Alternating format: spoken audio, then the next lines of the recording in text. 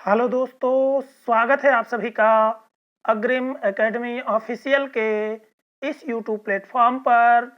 और दोस्तों, राष्ट्रीय एवं प्रादेशिक संस्थाओं में दोस्तों ये हमारा पांचवा टॉपिक है। और इस टॉपिक में दोस्तों हम लोग बातचीत करेंगे राष्ट्रीय मानवाधिकार आयोग पर, और साथ ही साथ दोस्तों राज्य मानव अधिकार एवं मध्य प्रदेश राज्य मानव अधिकार पर भी बातचीत करेंगे। तो चलिए दोस्तों आरंभ करते हैं आज के कक्षा की। तो दोस्तों, यदि आप लोगों को ये वीडियो अच्छा लगे तो वीडियो को लाइक, शेयर और चैनल को सब्सक्राइब करना ना भूलें। तो चलिए दोस्तों आरंभ करते हैं आज की क्लास को। तो अध्याय हमारा दोस्तों 7 है और राष्ट्रीय मानवाधिकार आयोग, इसका नाम है दोस्तों राष्ट्रीय मानवाधिकार आयोग। और ये किस प्रकार की संस्था है दोस्तों? तो याद रखेंगे ये एक प्रकार की सांविधिक संस्था है। क्या है दोस्तों? सांविधिक संस्था है। सांविधिक संस्था है, सांविधिक कहें या कि इसको वैधानिक निकाय भी कहा जा सकता है। तो ऐसी संस्थाएं जिनका निर्माण संसद ने अधिनियम बना करके किया है, तो वो संस्थाएं क्या कहलाती हैं दोस्तों? वो संस्थाएं सांविधिक संस्थाएं कहलाती हैं। तो याद रखेंगे राष्ट्रीय मानवाधिकार आयोग, नेशनल ह्यूमन राइट कमीशन क्या है?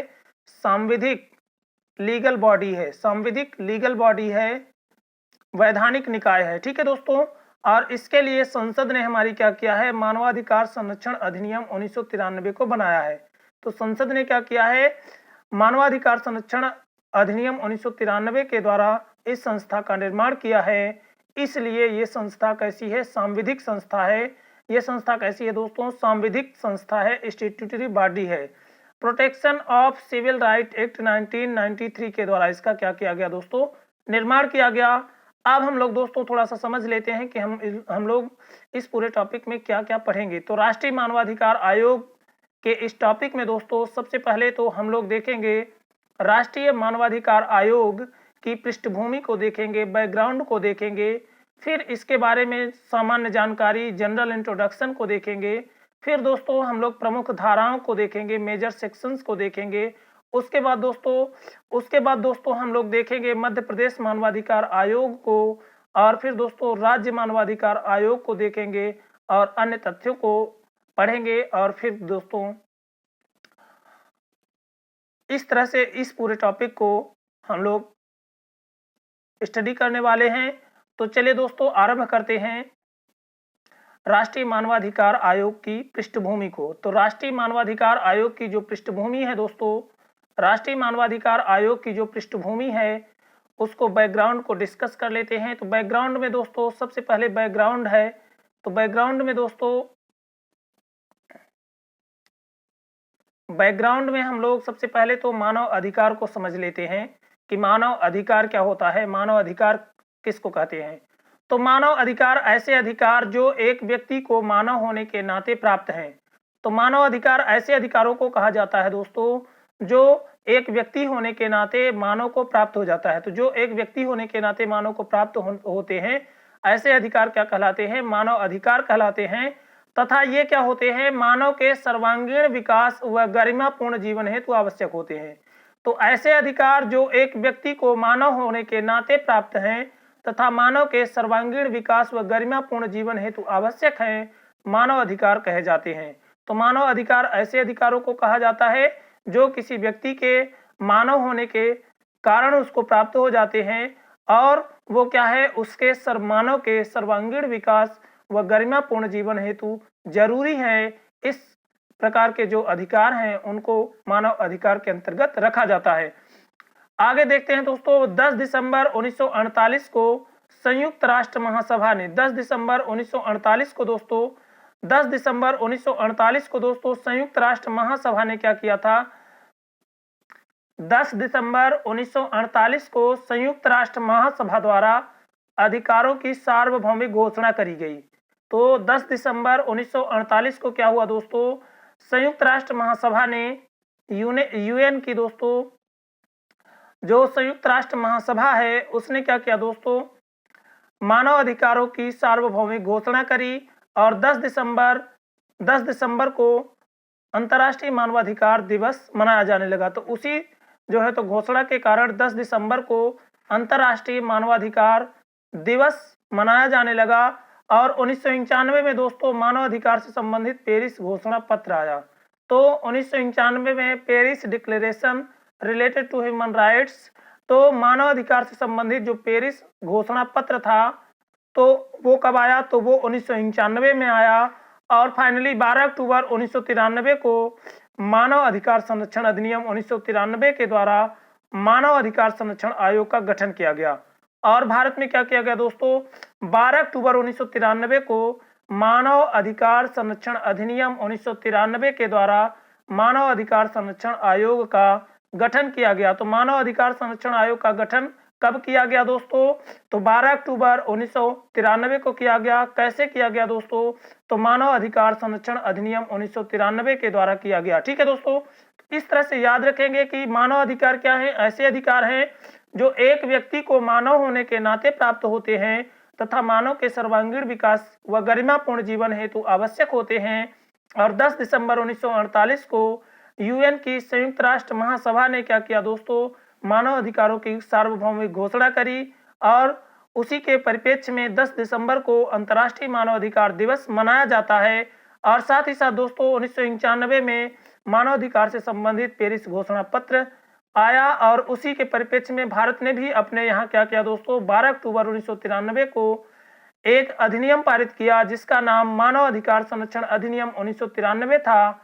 और उसके द्वारा भारत ने मानव अधिकार संरक्षण आयोग का गठन किया। तो मानव अधिकार संरक्षण आयोग का गठन मानव अधिकार संरक्षण अधिनियम 1993 के द्वारा किया गया। और कब किया गया, तो 12 अक्टूबर 1993 को किया गया, याद रखेंगे। आगे देख लेते हैं दोस्तों। अब हम लोग दोस्तों देख लेते हैं सामान्य परिचय को, जनरल इंट्रोडक्शन को। तो सामान्य परिचय में दोस्तों स्थापना इसकी हुई, एस्टेब्लिशमेंट इसका कब हुआ, तो याद रखेंगे 12 अक्टूबर 1993 बाय द सेंटर। तो केंद्र सरकार द्वारा, केंद्र द्वारा क्या की गई दोस्तों, केंद्र द्वारा 12 अक्टूबर 1993 को मानव अधिकार आयोग का गठन किया गया, स्थापना करी गई। आधार क्या था दोस्तों, आधार था मानव अधिकार संरक्षण अधिनियम 1993 की धारा 3। तो मानव अधिकार संरक्षण अधिनियम 1993 की धारा 3 के द्वारा क्या किया गया दोस्तों, केंद्र द्वारा मानव अधिकार आयोग का गठन किया गया। और इसकी प्रकृति कैसी है दोस्तों, चूंकि इसका निर्माण अधिनियम के द्वारा किया गया, इस कारण से ये एक प्रकार का सांविधिक निकाय होगा। कैसा निकाय होगा दोस्तों, सांविधिक निकाय होगा। सांविधिक कहें या विधिक कहें या लीगल कहें, ठीक है दोस्तों, या वैधानिक कहें, कुछ भी कह सकते हैं इसको। तो वैसे तो इसको सांविधिक निकाय है ना की श्रेणी में रखा गया है। तो मुख्यालय इसका दोस्तों मानव अधिकार भवन नई दिल्ली में है। तो इसका जो हेडक्वार्टर है वो कहाँ है, human right building new Delhi में है। और साथ ही साथ दोस्तों प्रथम प्रमुख इसके रंगनाथ मिश्रा जी हैं। प्रथम प्रमुख दोस्तों इसके रंगनाथ मिश्रा जी हैं। फर्स्ट चीफ इसके रंगनाथ मिश्रा। और वर्तमान प्रमुख दोस्तों, तो वर्तमान में जो मानव अधिकार संरक्षण आयोग है इसके जो प्रमुख हैं थे दोस्तों एच.एल. दत्तू थे। उनके कार्यकाल के बाद से वर्तमान में ये पद रिक्त है। अभी हाल ही में यदि इसकी नियुक्ति हो जाएगी तो आप लोग अपडेट कर लेंगे। अन्य जो अध्यक्ष हैं दोस्तों, अन्य अध्यक्षों में Ranganath Mishra, MN. Venkat, JS. Verma, AS. Anand, Rajendra Babu, KG. Balakrishnan, HL. Dattu. तो इस तरह से दोस्तों ये अन्य अध्यक्ष थे। प्रथम महिला सदस्य दोस्तों फातिमा बीबी थी। तो जो प्रथम महिला सदस्य थी वो कौन थी, तो वो फातिमा बीबी थी। तो याद रखेंगे 12 अक्टूबर 1993 को केंद्र द्वारा स्थापना करी गई मानव अधिकार संरक्षण आयोग की। आधार क्या था, मानव अधिकार संरक्षण अधिनियम 1993 की धारा 3 थी। और प्रकृति कैसी थी दोस्तों इसकी, तो प्रकृति इसकी दोस्तों सांविधिक निकाय के रूप में इसकी प्रकृति है। और मुख्यालय मानव अधिकार भवन नई दिल्ली में है। प्रथम प्रमुख रंगनाथ मिश्रा हैं। वर्तमान प्रमुख पद खाली है एच.एल. दत्तू के कार्यकाल के बाद से। अन्य अध्यक्षों में Ranganath Mishra, MN. Venkat, JS. Verma, AS. Anand, Rajendra Babu, KG. Balakrishnan, HL. Dattu. ठीक है दोस्तों, प्रथम महिला सदस्य याद रखेंगे मानवाधिकार आयोग, राष्ट्रीय मानवाधिकार आयोग की प्रथम महिला सदस्य कौन थी, तो फातिमा बीबी थी। आगे देख लेते हैं दोस्तों प्रमुख धाराएं, मेजर सेक्शंस कौन कौन से हैं। तो देख लेते हैं दोस्तों, यहाँ पे एक बात ध्यान रखेंगे कि जो संविधान है उसमें अनुच्छेद होते हैं और जो अधिनियम होते हैं उसमें धाराएं होती हैं। तो चूंकि ये क्या है, अधिनियम है, मानव अधिकार संरक्षण अधिनियम 1993, तो इसलिए इसमें क्या होंगी, धाराएं होगी, सेक्शंस होंगे। तो इसमें हम लोग बातचीत करेंगे मेजर सेक्शंस की, प्रमुख धाराओं की। तो मानवाधिकार संरक्षण अधिनियम 1993, protection of human right act 1993। तो protection of human right act 1993 तीन बातें कहता है कि एक राष्ट्रीय मानवाधिकार आयोग होगा, नेशनल ह्यूमन राइट कमीशन होगा, और क्या होगा दोस्तों, राज्य मानवाधिकार आयोग होगा, स्टेट ह्यूमन राइट कमीशन होगा। इसके लिए धारा 21 से 29 तक है। और मानवाधिकार न्यायालय होगा, ह्यूमन राइट कोर्ट्स होंगे। धारा इसकी दोस्तों 30 और 31 में मानवाधिकार न्यायालय वर्णित है। तो जो राष्ट्रीय मानवाधिकार आयोग है, इसमें अध्याय 2 में धारा 3 से 11 में राष्ट्रीय मानवाधिकार आयोग के गठन की बात की गई है। ठीक है दोस्तों, तो अध्याय 2 मानव संरक्षण अधिनियम 1993 का अध्याय 2 धारा 3 से 11 में राष्ट्रीय मानवाधिकार आयोग का गठन की बात कही गई है। और अध्याय 3 में धारा 12 से 16 के बीच जो NHRC है, नेशनल ह्यूमन राइट कमीशन है, उसके कार्यों का वर्णन है। और साथ ही साथ दोस्तों अध्याय 4 में धारा 17 से 20 तक में क्या है दोस्तों, NHRC की प्रक्रिया, प्रोसेस क्या होगी, है ना, किस तरह की उसमें प्रक्रिया अपनाई जाएगी, इसके बारे में बात करी गई है। तो मोटा मोटी आप लोग याद रखेंगे कि अध्याय 2 में क्या है, राष्ट्रीय मानव अधिकार आयोग का गठन, कार्य और प्रक्रिया दी गई है, जिसमें धारा 3 से लगा करके 20 तक है। और इसमें से 3 से 11 में गठन है, 12 से 16 में क्या है दोस्तों, 12 से 16 में NHRC के कार्य हैं, और धारा 17 से 20 तक में क्या है, NHRC की प्रोसेस के बारे में बताया गया है। ठीक है दोस्तों, तो इस तरह से धारा 21 और से 29 में राज्य मानवाधिकार आयोग की चर्चा करी गई है, और मानवाधिकार न्यायालय की चर्चा 30 और 31 धारा में की गई है। अध्याय 2 देख लेते हैं दोस्तों, राष्ट्रीय मानवाधिकार आयोग। राष्ट्रीय मानवाधिकार आयोग की बात करता है, तो राष्ट्रीय मानवाधिकार आयोग अध्याय 2 में है। इसमें धारा 3 से लगा करके 10 तक, यहाँ पे दोस्तों धारा 11 तक है। तो धारा 3 में क्या कहा गया है कि NHRC का गठन किया जाएगा। NHRC का क्या होगा, गठन होगा, नेशनल ह्यूमन राइट्स कमीशन, राष्ट्रीय मानवाधिकार आयोग का गठन किया जाएगा। धारा 4 में दोस्तों अध्यक्ष व सदस्यों की नियुक्ति की बात करी गई है, appointment of chairman and members की बात करी गई है। तो धारा 4 में अध्यक्ष व सदस्यों की नियुक्ति की बात है। धारा 5 में दोस्तों अध्यक्ष और सदस्यों के त्याग पत्र व हटाए जाने की बात कही गई है। धारा 6 में दोस्तों पदावधि की बात करी गई है, टर्म ऑफ ऑफिस की बात कही गई है। धारा 7 में दोस्तों सदस्य के द्वारा अध्यक्ष के रूप में कार्य करने की चर्चा है। तो धारा 7 में क्या है कि सदस्य कब कब क्या करेगा, अध्यक्ष के रूप में कार्य करेगा, इसकी बात है। और धारा 8 में दोस्तों सेवा शर्तों की बात है, सर्विस कंडीशंस या सर्विस टर्म की बात कही गई है। और साथ ही साथ दोस्तों धारा 9 में रिक्तियां और कार्यवाही किस तरह से होंगी, इसकी बात है। धारा 10 में प्रक्रिया का आयोग द्वारा विनियमित किया जाने की बात है। तो प्रक्रिया का आयोग द्वारा विनियमन होगा, इसकी बात कहाँ है, तो धारा 10 में है। और धारा 11 में दोस्तों आयोग के अधिकारी व अन्य कर्मचारियों की बात करी गई है। तो इस तरह से धारा 3 NHRC का गठन की बात कहता है। धारा 4 अध्यक्ष सदस्यों की नियुक्ति की बात करता है, अपॉइंटमेंट की बात करता है, चेयरमैन एंड मेंबर्स की। धारा 5 दोस्तों त्यागपत्र व हटाए जाने की बात करता है, रिजिग्नेशन एंड रिमूवल प्रोसेस की बात करता है। और साथ ही साथ धारा 6 दोस्तों पदावधि की बात करता है। धारा 7 सदस्य द्वारा अध्यक्ष के रूप में कार्य करने की बात कहता है। धारा 8 सेवा शर्तों की बात कहता है। धारा 9 दोस्तों रिक्तियां और कार्यवाही की बात करता है। धारा 10 प्रक्रिया का आयोग के द्वारा विनियमित किए जाने की बात करता है कि प्रक्रिया को आयोग किस प्रकार से क्या करेगा, रेगुलेट करेगा, विनियमित करेगा। और धारा 11 दोस्तों आयोग के अधिकारी व अन्य कर्मचारियों की बात करता है। तो जो धारा 11 है वो क्या करता है, आयोग के अधिकारी व अन्य कर्मचारियों की बात करता है। आगे देख लेते हैं दोस्तों, यहाँ पे थोड़ा सा मानव अधिकार संरक्षण अधिनियम 1993 में मानव अधिकार संरक्षण अधिनियम 1993 में कुल 8 अध्याय हैं और कुल धाराओं की संख्या 43 है। तो कुल कितने अध्याय? 8 अध्याय हैं, 8 चैप्टर है और धाराएं कितनी है दोस्तों? तो धाराएं इसमें 43 हैं। सेक्शंस कितनी हैं? तो 43 सेक्शंस हैं। 8 chapter and 43 sections are the protection of human right act 1993।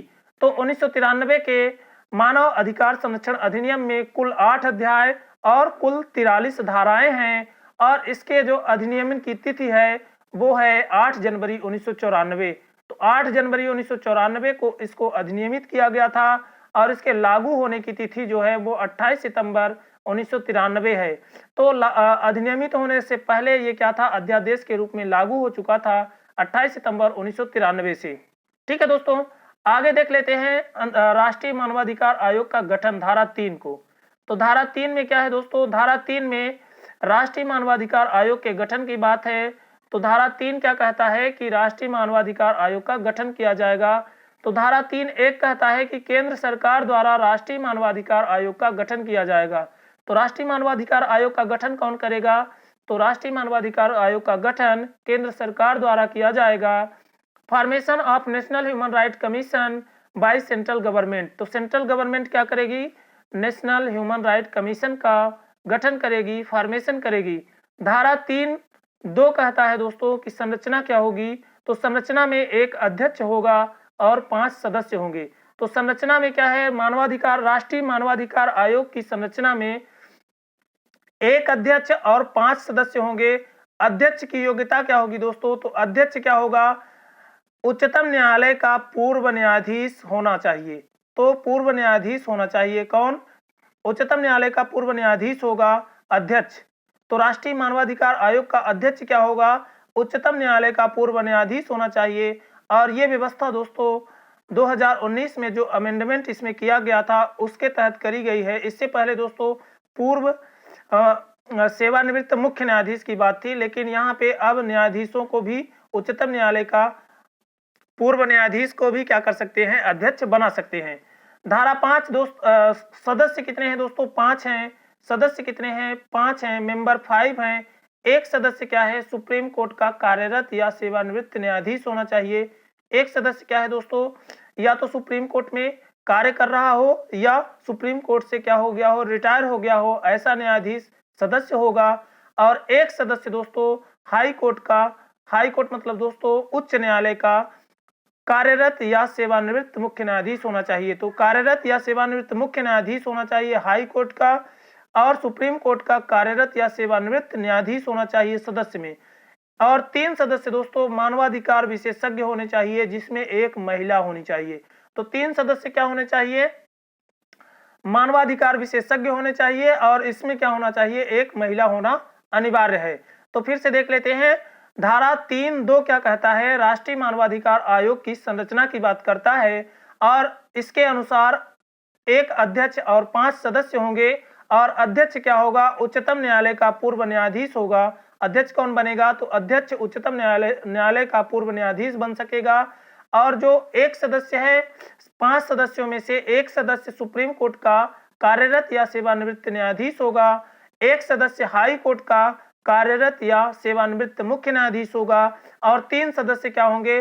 मानवाधिकार विशेषज्ञ होंगे। और इन तीनों में से एक महिला का होना जरूरी है। आगे देख लेते हैं दोस्तों, धारा 3(3) राष्ट्रीय मानवाधिकार आयोग की धारा 3 क्या कहती है? तो राष्ट्रीय मानवाधिकार आयोग अधिनियम की धारा 3 7 पदेन सदस्यों की बात करती है। 7 पदेन सदस्य होंगे।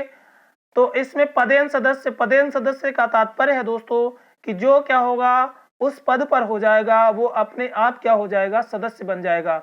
जैसे राष्ट्रीय अल्पसंख्यक आयोग का जो अध्यक्ष होगा वो राष्ट्रीय मानवाधिकार आयोग का अध्यक्ष अपने आप, सदस्य अपने आप हो जाएगा। तो राष्ट्रीय अल्पसंख्यक आयोग का अध्यक्ष क्या हो जाएगा दोस्तों? पदेन सदस्य होगा। राष्ट्रीय महिला आयोग का अध्यक्ष क्या होगा दोस्तों? पदेन सदस्य होगा। राष्ट्रीय अनुसूचित जाति आयोग का अध्यक्ष, राष्ट्रीय अनुसूचित जनजाति आयोग का अध्यक्ष, राष्ट्रीय पिछड़ा वर्ग आयोग का अध्यक्ष, राष्ट्रीय बाल संरक्षण आयोग का अध्यक्ष, साथ ही साथ राष्ट्रीय दिव्यांगजन आयोग के मुख्य आयुक्त क्या होंगे? मुख्य आयुक्त के अध्यक्ष क्या होंगे, पदेन सदस्य के रूप में राष्ट्रीय मानवाधिकार आयोग में कार्य करेंगे। तो इस तरह से 5 और ये 7, तो 1 + 5 प्लस कितना हो गया दोस्तों, 1 + 5 प्लस कितना 7।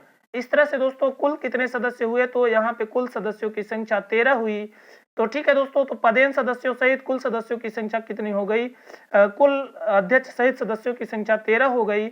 और यदि पदेन सदस्यों को निकाल देते हैं तो 6 होती है अध्यक्ष और सदस्यों सहित। तो इस तरह से याद रखेंगे, एक अध्यक्ष और क्या है दोस्तों, एक अध्यक्ष, 5 फुल टाइम 5 क्या है दोस्तों मेंबर हैं, और साथ ही साथ क्या है 7 इसमें पदेन सदस्य हैं। आगे देख लेते हैं दोस्तों, धारा 3 का की सब धारा 4 कहती है, धारा 3 की सब क्लास 4 कहता है कि आयोग का महासचिव होगा। तो आयोग का क्या होगा दोस्तों, महासचिव होगा, general secretary of the commission. Commission का क्या होगा, एक सचिव होगा, महासचिव होगा। कौन होगा दोस्तों, आयोग का एक महासचिव होगा। और क्या है दोस्तों, आयोग के मुख्यालय की बात धारा 3 के 5 में करी गई है, तो मुख्यालय दिल्ली में होगा। जबकि केंद्र सरकार क्या कर सकती है, केंद्र सरकार के अनुमोदन से किसी अन्य स्थान पर भी इसका हेडक्वार्टर बनाया जा सकता है। तो दिल्ली में होगा मुख्यालय, हालांकि केंद्र सरकार के अनुमोदन से किसी अन्य स्थान पर भी इसका मुख्यालय बनाया जा सकता है। धारा 4 दोस्तों अध्यक्ष व अन्य सदस्यों की नियुक्ति की बात करता है। तो धारा 4 क्या कहती है, धारा 4 अध्यक्ष व अन्य सदस्यों की नियुक्ति की बात करता है कि अध्यक्ष व अन्य सदस्यों की नियुक्ति किस प्रकार से होगी, अध्यक्ष को और अन्य सदस्यों को किस प्रकार से नियुक्त किया जाएगा या कैसे नियुक्त करेगा, कौन नियुक्त करेगा। तो यहाँ पे धारा 4 कहती है कि आयोग के अध्यक्ष एवं सदस्यों की नियुक्ति राष्ट्रपति द्वारा प्रधानमंत्री के नेतृत्व में गठित समिति के सिफारिश पर की जाती है। तो आयोग के अध्यक्ष एवं सदस्यों की नियुक्ति राष्ट्रपति द्वारा प्रधानमंत्री के नेतृत्व में गठित की गई समिति की सिफारिश पर की जाएगी। तो प्रधानमंत्री महोदय क्या करेंगे, प्रधानमंत्री महोदय के नेतृत्व में एक समिति का गठन किया जाएगा और वो समिति जिन व्यक्तियों के नामों की सिफारिश करेगी, राष्ट्रपति उनकी नियुक्ति करेंगे आयोग के अध्यक्ष और सदस्य के रूप में। तो जो समिति है इसमें 6 सदस्य होते हैं। एक तो प्रधानमंत्री होता है जो कि अध्यक्ष होता है, फिर लोकसभा का अध्यक्ष इसमें रहता है, राज्यसभा के उपसभापति रहते हैं, केंद्रीय गृह मंत्री रहते हैं, लोकसभा में विपक्ष का नेता रहता है और राज्यसभा में विपक्ष का नेता रहता है। तो 6 सदस्यीय क्या है समिति है, इसमें प्रधानमंत्री अध्यक्ष हैं, लोकसभा का अध्यक्ष क्या है सदस्य हैं, और राज्यसभा के उपसभापति सदस्य हैं, केंद्रीय गृह मंत्री सदस्य होते हैं, लोकसभा में विपक्ष का नेता सदस्य होते हैं, राज्यसभा में विपक्ष का नेता भी सदस्य होते हैं। तो याद रखेंगे कि जो क्या है राष्ट्रीय मानवाधिकार आयोग के अध्यक्ष और सदस्यों की नियुक्ति करने वाली समिति है, उसमें कुल कितने सदस्य हैं, तो उसमें कुल 6 सदस्य हैं और प्रधानमंत्री उसके अध्यक्ष होते हैं, लोकसभा का अध्यक्ष उसका मेंबर होता है और राज्यसभा के उपसभापति मेंबर होते हैं, केंद्रीय गृह मंत्री मेंबर होते हैं, लोकसभा में विपक्ष के नेता मेंबर होते हैं और राज्यसभा में विपक्ष के नेता क्या होते हैं, मेंबर होते हैं। तो इस तरह से याद रखेंगे, प्रधानमंत्री, लोकसभा अध्यक्ष, राज्यसभा के उपसभापति, यहाँ पे सभापति राज्यसभा के सभापति नहीं है, उपसभापति हैं, ये जो है तो बात आप लोग याद रखिएगा, यहीं पे जो है तो आप लोगों को एग्जामिनर फंसाता है। तो याद रखेंगे, राज्यसभा के उपसभापति, केंद्रीय गृह मंत्री, लोकसभा में विपक्ष का नेता, राज्यसभा में विपक्ष का नेता, ये सभी क्या हैं समिति में शामिल होते हैं। तो प्रधानमंत्री के नेतृत्व में जो समिति गठित की जाती है तो उसमें 6 लोग होते हैं, प्रधानमंत्री सहित होते हैं 6 लोग, प्रधानमंत्री अध्यक्ष होता है, लोकसभा अध्यक्ष क्या होते हैं सदस्य होते हैं, राज्यसभा के उपसभापति सदस्य होते हैं, केंद्रीय गृह मंत्री सदस्य होते हैं, लोकसभा में विपक्ष का नेता होता है शामिल, साथ ही साथ राज्यसभा में विपक्ष का नेता शामिल होता है। तो सुप्रीम कोर्ट या हाई कोर्ट के कार्यरत न्यायाधीश, यदि क्या है सुप्रीम कोर्ट या हाई कोर्ट के किसी कार्यरत न्यायाधीश की नियुक्ति करना है तो उससे पूर्व मुख्य न्यायाधीश से परामर्श आवश्यक है। तो उससे पूर्व क्या है राष्ट्रपति जी को मुख्य न्यायाधीश से परामर्श करना होगा। संबंधित उच्च न्यायालय, हाई कोर्ट या कि उच्चतम न्यायालय से क्या करना होगा, राष्ट्रपति महोदय को परामर्श करना होगा।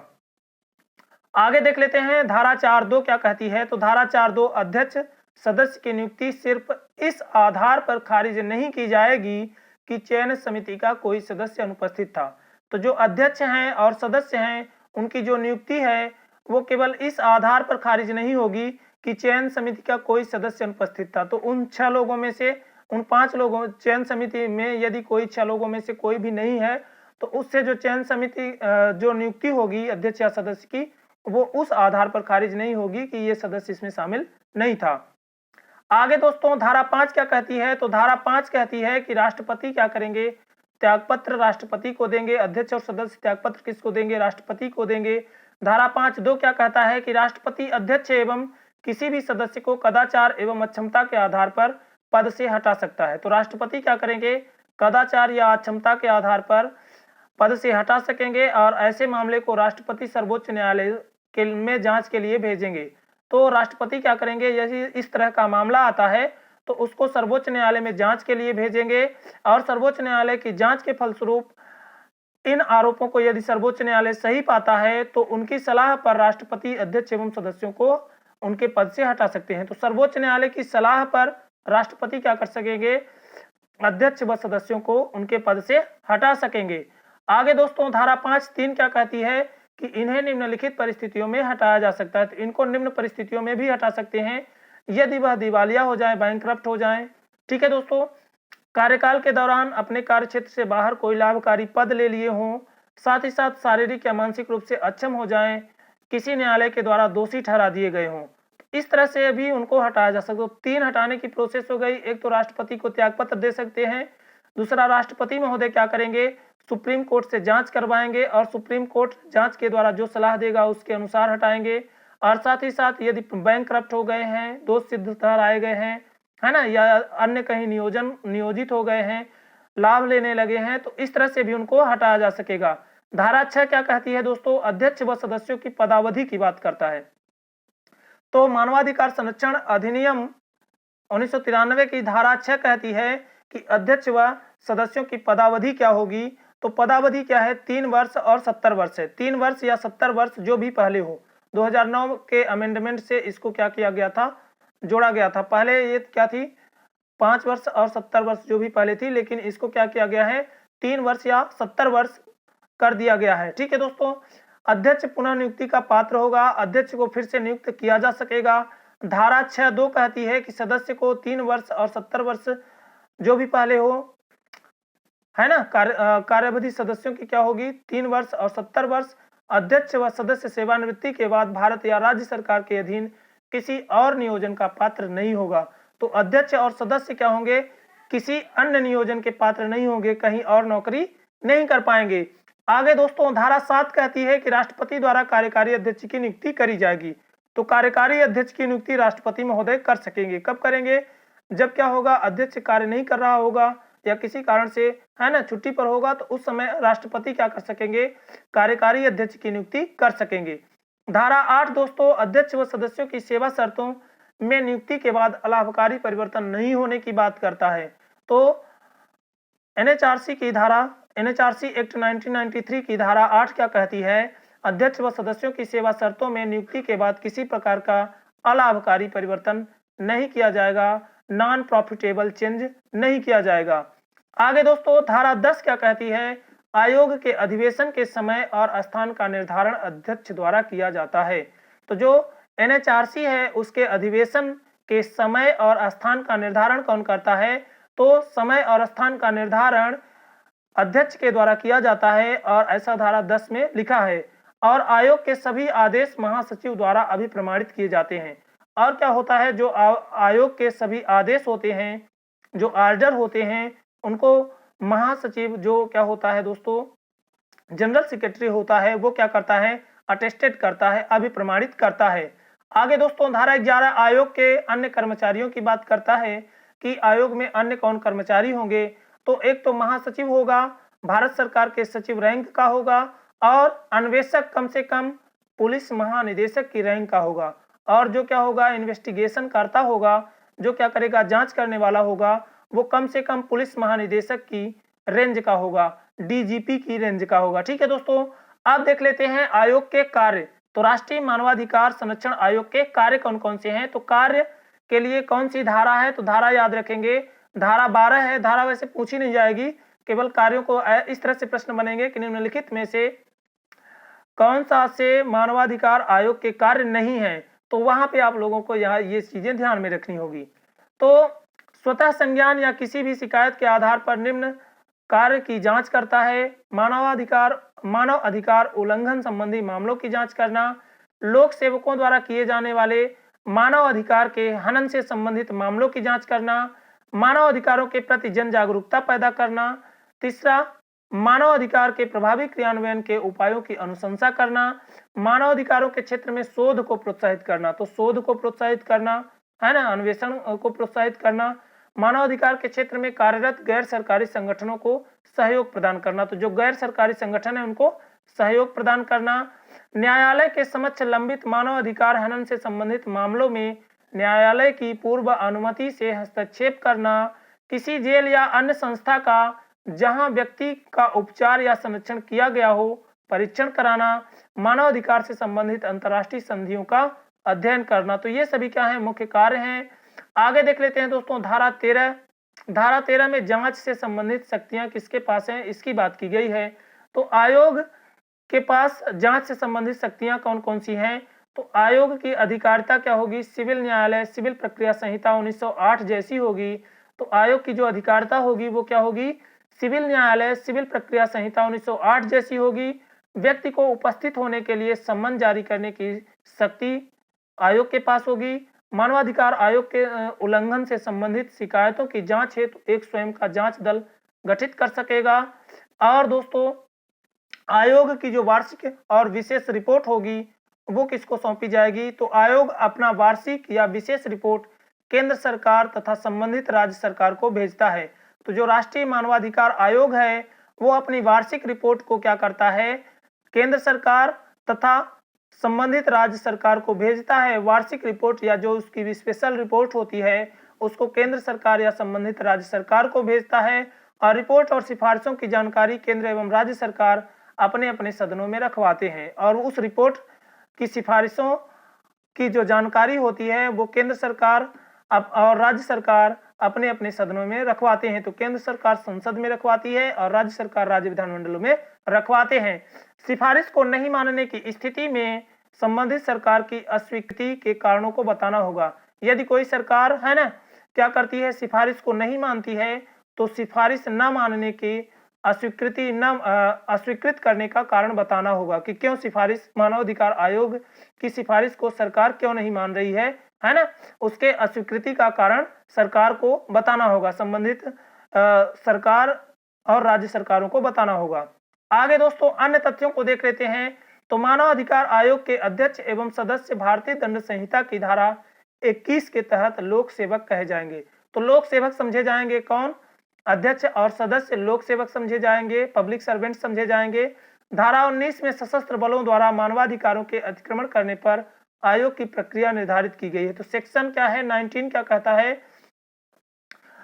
सशस्त्र बलों द्वारा मानवाधिकारों के अतिक्रमण करने पर आयोग की प्रक्रिया के बारे में बात करता है। धारा 32 में केंद्रीय सरकार द्वारा, धारा 33 में राज्य सरकार द्वारा आयोग को अनुदान दिए जाने संबंधी उपबंध है। तो अनुदान भी प्राप्त कर सकेगा आयोग धारा 32 के तहत केंद्र सरकार से, और धारा 33 के तहत राज्य सरकार से आयोग अनुदान प्राप्त कर सकेगा। आगे दोस्तों धारा 33 में राष्ट्रीय आयोग तथा धारा 35 में राज्य आयोगों के लेखों तथा संपरीक्षा संबंधी उपबंध दिए गए हैं। तो 34 और 35 में राष्ट्रीय आयोग और राज्य आयोगों के लेखों और संपरीक्षा संबंधी उपबंधों को शामिल किया गया है। राष्ट्रीय तथा राज्य आयोग उन मामलों की जांच नहीं कर सकेंगे जो 1 वर्ष से अधिक पुराने हों। धारा 36(2) कहती है कि जो राष्ट्रीय और राज्य आयोग हैं उन मामलों की जांच नहीं करेंगे जो 1 साल से अधिक पुराने हो गए हैं। अधिनियम की धारा 38 सद्भाव पूर्वक की गई कार्रवाई के लिए संरक्षण प्रदान करती है। तो अधिनियम की धारा 38 सद्भाव पूर्वक की गई कार्रवाई के लिए संरक्षण प्रदान करती है। धारा 40 के तहत केंद्र सरकार को तथा धारा 41 के तहत राज्य सरकार को नियम बनाने की शक्ति प्राप्त है। तो धारा 40 के तहत केंद्र सरकार को और धारा 41 के तहत राज्य सरकार को नियम बनाने की शक्ति प्राप्त है।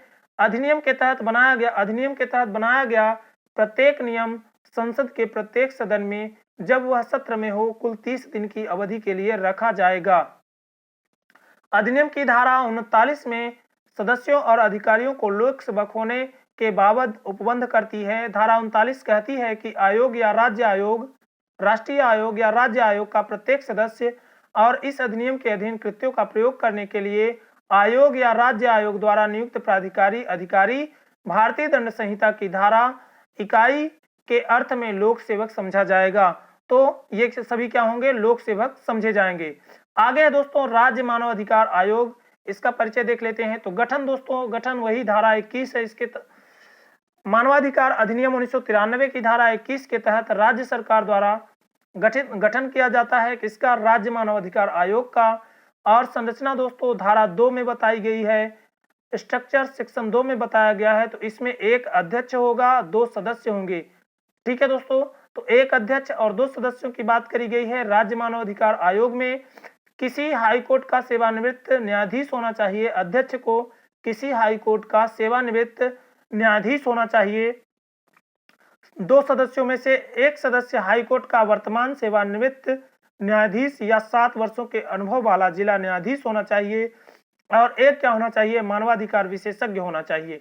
तो एक अध्यक्ष जो कि किसी हाईकोर्ट का सेवानिवृत्त न्यायाधीश हो, 2 सदस्य, एक हाईकोर्ट का वर्तमान या सेवानिवृत्त न्यायाधीश या 7 वर्षों के अनुभव वाला जिला न्यायाधीश होना चाहिए। या दूसरा सदस्य दोस्तों मानवाधिकार विशेषज्ञ होना चाहिए। दूसरा सदस्य क्या होना चाहिए? मानवाधिकार विशेषज्ञ होना चाहिए। तो राज्य मानवाधिकार में 3, एक अध्यक्ष और 2 सदस्य। तो अध्यक्ष क्या है? हाईकोर्ट, किसी हाईकोर्ट का सेवानिवृत्त न्यायाधीश होना चाहिए। और जो सदस्य है दोस्तों उसमें से एक सदस्य हाईकोर्ट का वर्तमान या सेवानिवृत्त न्यायाधीश या 7 वर्षों का अनुभव रखने वाला जिला न्यायाधीश होना चाहिए। और एक सदस्य मानवाधिकार विशेषज्ञ होना चाहिए। आगे दोस्तों मुख्यालय इसका कहाँ होगा? राज्य सरकार जहां निर्धारित करें वहां इसका मुख्यालय होगा। नियुक्ति, त्यागपत्र हटाना व पदावधि क्या होगी इनकी? तो राज्यपाल द्वारा निम्न समिति की सिफारिश पर नियुक्ति करी जाएगी। धारा 22 में ऐसी बात करी गई है। तो अध्यक्ष क्या होगा? इस समिति का अध्यक्ष क्या होगा? मुख्यमंत्री होगा। सदस्य कौन होंगे? तो विधानसभा अध्यक्ष सदस्य होंगे। होम मिनिस्टर, राज्यों के जो होम मिनिस्टर हैं वो सदस्य होंगे। विधानसभा में विपक्ष का नेता सदस्य होगा। विधान परिषद के सभापति सदस्य होंगे। विधान परिषद में विपक्ष का नेता क्या होंगे? सदस्य होंगे। तो इस तरह से मुख्यमंत्री अध्यक्ष और क्या है? 5 अन्य लोगों जिसमें विधानसभा अध्यक्ष, गृह मंत्री, विधानसभा में विपक्ष का नेता, विधान परिषद का सभापति और विधान परिषद में विपक्ष का नेता। यहाँ पे ये गृह मंत्री वाले में ध्यान रखेंगे कि राज्यों के गृह मंत्री होंगे। तो राज्य का जो विधानसभा अध्यक्ष और विधान कैबिनेट का जो गृह मंत्री होगा वो सदस्य, और क्या है? विधानसभा अध्यक्ष सदस्य होगा, गृह मंत्री, राज्य का गृह मंत्री सदस्य होगा। विधानसभा में नेता विपक्ष क्या होगा? सदस्य होगा। विधान परिषद का सभापति क्या होगा? सदस्य होगा। विधान परिषद में विपक्ष का नेता क्या होगा? सदस्य होगा। आगे देख लेते हैं दोस्तों, न्यायिक सदस्यों की नियुक्ति हाईकोर्ट के मुख्य न्यायाधीश के परामर्श से करी जाएगी। तो जो न्यायिक सदस्य हैं उनकी नियुक्ति हाईकोर्ट के मुख्य न्यायाधीश से परामर्श करने के बाद ही की जाएगी। आगे दोस्तों त्यागपत्र हटाए जाने की बात धारा 23 में है। त्यागपत्र राज्यपाल को देंगे। हटाने की जो प्रक्रिया है वो सेम है, राष्ट्रपति हटाएंगे। आधार क्या है? साबित कदाचार है। प्रक्रिया क्या होगी? उच्चतम न्यायालय की जांच के द्वारा। तो सुप्रीम कोर्ट की जांच के द्वारा हटाएंगे राष्ट्रपति महोदय। और अन्य जो आधार हैं उनमें दिवालिया हो जाना, शारीरिक मानसिक रूप से अक्षम हो जाना और कोई दंड प्राप्त कर लेना, कहीं और से वेतन प्राप्त करने लगना, ये सभी आधार हैं, अन्य आधार हैं हटाने के। पदावधि क्या है दोस्तों? पदावधि अध्यक्ष व सदस्यों की जो पदावधि है वो 3 वर्ष और 70 वर्ष है। तो राज्य मानवाधिकार आयोग के अध्यक्ष और सदस्यों की भी जो टर्म ऑफ ऑफिस जो टर्म एंड कंडीशंस है वो क्या है? 3 वर्ष और 70 वर्ष है। पुनः नियुक्ति के लिए पात्र हैं, फिर से इनकी नियुक्ति की जा सकेगी। आगे दोस्तों अन्य प्रावधान देख लेते हैं। कार्यकारी अध्यक्ष की नियुक्ति राज्यपाल करेंगे। सेवा शर्तों का निर्धारण राज्य सरकार करेगी। क्योंकि राज्यों के आयोग हैं तो इसलिए सेवा शर्तों का सर्विस कंडीशंस का निर्धारण डिटर्मिनेशन कौन करेगा? राज्य सरकार करेगी। और सचिव कौन होगा? तो राज्य सरकार के सचिव के स्तर का अधिकारी सचिव होगा, सेक्रेटरी होगा। रिपोर्ट राज्य विधानमंडल के समक्ष राज्यपाल महोदय ये क्या है, रिपोर्ट देगा, रिपोर्ट मुख्यमंत्री को देगा और ये राज्य विधानमंडल के समक्ष उनको रखवाएंगे। आगे दोस्तों मध्य प्रदेश मानवाधिकार आयोग के बारे में तो थोड़ा सा देख लेते हैं। स्थापना इसकी 13 सितंबर 1995 को की गई। तो मध्य प्रदेश राज्य मानवाधिकार आयोग की स्थापना, मध्य प्रदेश मानवाधिकार आयोग की स्थापना 13 सितंबर 1995 को की गई। 13 सितंबर 1995 को मध्य प्रदेश मानवाधिकार आयोग की स्थापना की गई। मुख्यालय इसका भोपाल पर्यावास भवन है, भवन में है। आधार मानवाधिकार संरक्षण अधिनियम 1993 की धारा 21, मानवाधिकार संरक्षण अधिनियम 1993 की धारा 21 के तहत राज्य सरकार ने क्या किया है, 13 सितंबर 1995 को मध्य प्रदेश मानवाधिकार आयोग का गठन किया है और इसका मुख्यालय भोपाल पर्यावास भवन में है। वर्तमान अध्यक्ष इसके दोस्तों नरेंद्र कुमार जैन हैं। वर्तमान अध्यक्ष इसके कौन है? तो नरेंद्र कुमार जैन हैं। और जो मोटो है इसका, ध्येय वाक्य है, वो क्या है? हम सब बराबर, बराबर हमारे अधिकार। हम सब बराबर, बराबर हमारे अधिकार, इसका क्या है दोस्तों? मोटो है, ध्येय वाक्य है। आगे देख लेते हैं दोस्तों। अब आगे है हमारा दोस्तों अगला आयोग, राष्ट्रीय महिला आयोग, और इसकी बात दोस्तों हम लोग करेंगे नेक्स्ट सेशन में। तो आज के लिए दोस्तों यहीं तक रखते हैं। दोस्तों यदि आप लोगों को ये वीडियो अच्छा लगा हो तो वीडियो को लाइक, शेयर और चैनल को सब्सक्राइब करना ना भूलें। तो दोस्तों अंत तक देखने के लिए धन्यवाद। जय हिंद, जय भारत, भारत माता की जय।